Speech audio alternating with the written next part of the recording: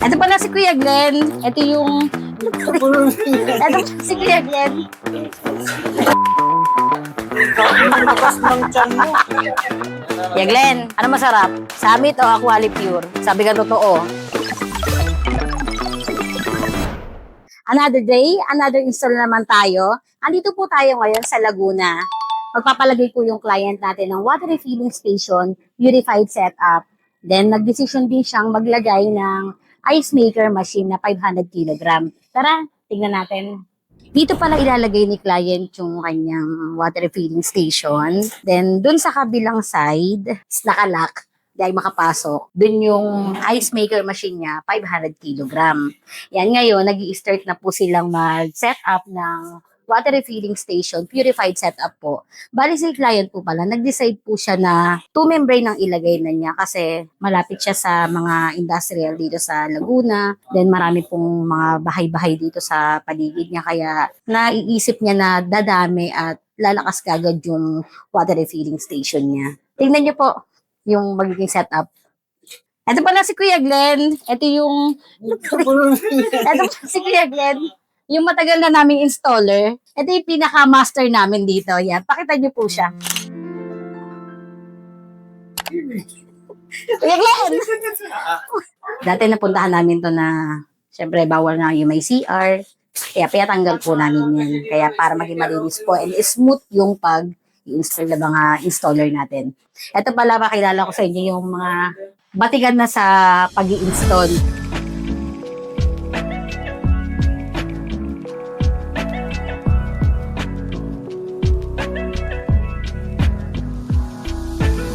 Si Boss.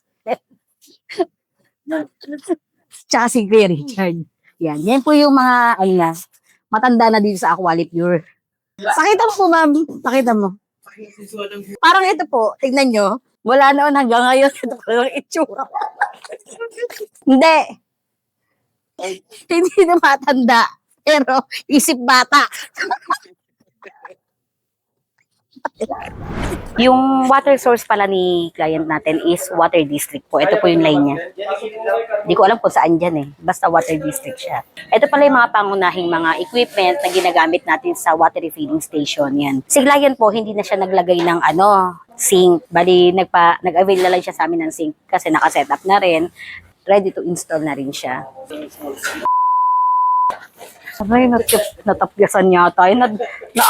Natupi eh. Lakas ng tiyan mo. May tas-tas yung tiyang ko yan. Yeah, Glenn, ano masarap? Summit o Aquali Pure? Sabi ka totoo. Masarap.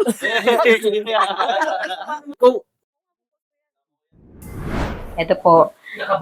Nakabalot po yan. Bago po yan makarating dito is balot na balot po siya. Tignan niyo sa Kuya Glenn kung paano niya i-set up yung water refilling station ng client natin. Hi ka muna!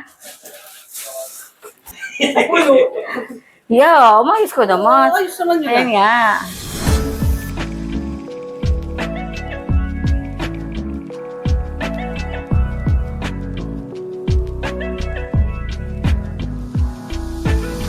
Andito nga pala yung client ng water refilling station natin, tsaka ice cube machine. Ice cube pala, sorry. Hi! Hello! Madami ako Parang magka-baby ulit, Parang di na ako sanay magawak ng bata. Sabog na ba? Ito pala yung baby ng client. Siya yung may-ari na ito. Yan, nagigigil ako sa amoy. Bye! Dito pala niya ilalagay yung water refilling station ni ma'am. Galing siya sa office natin. So sa mga siguro naman hindi lang kami napag-inquire nyo nito, no? Opo. May mga na-inquire na rin kayo iba? Meron pong iba. Pero as per Google po. As per Google. Ano po ba yung sa amin? Yung rating sa amin? Ano po? 11 out of 10. Ay, 11 out of 10.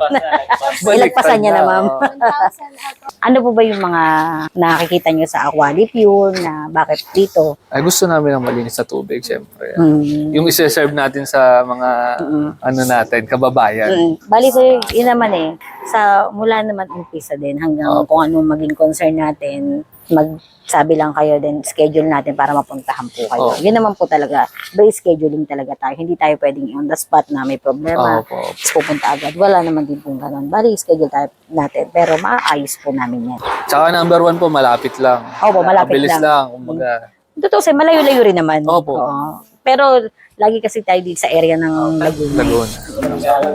Mawalang galang na. Mawalang galang na po. Ito na po yung pangalawang araw nila. Sarado to, Ira. Ay, bukas pala, Ira. Joke lang pala yun. Yung gagamitin nga po palang tubig dito sa paggawa ng yelo is doon na po tayo kukuha ng tubig na panggawa ng yelo.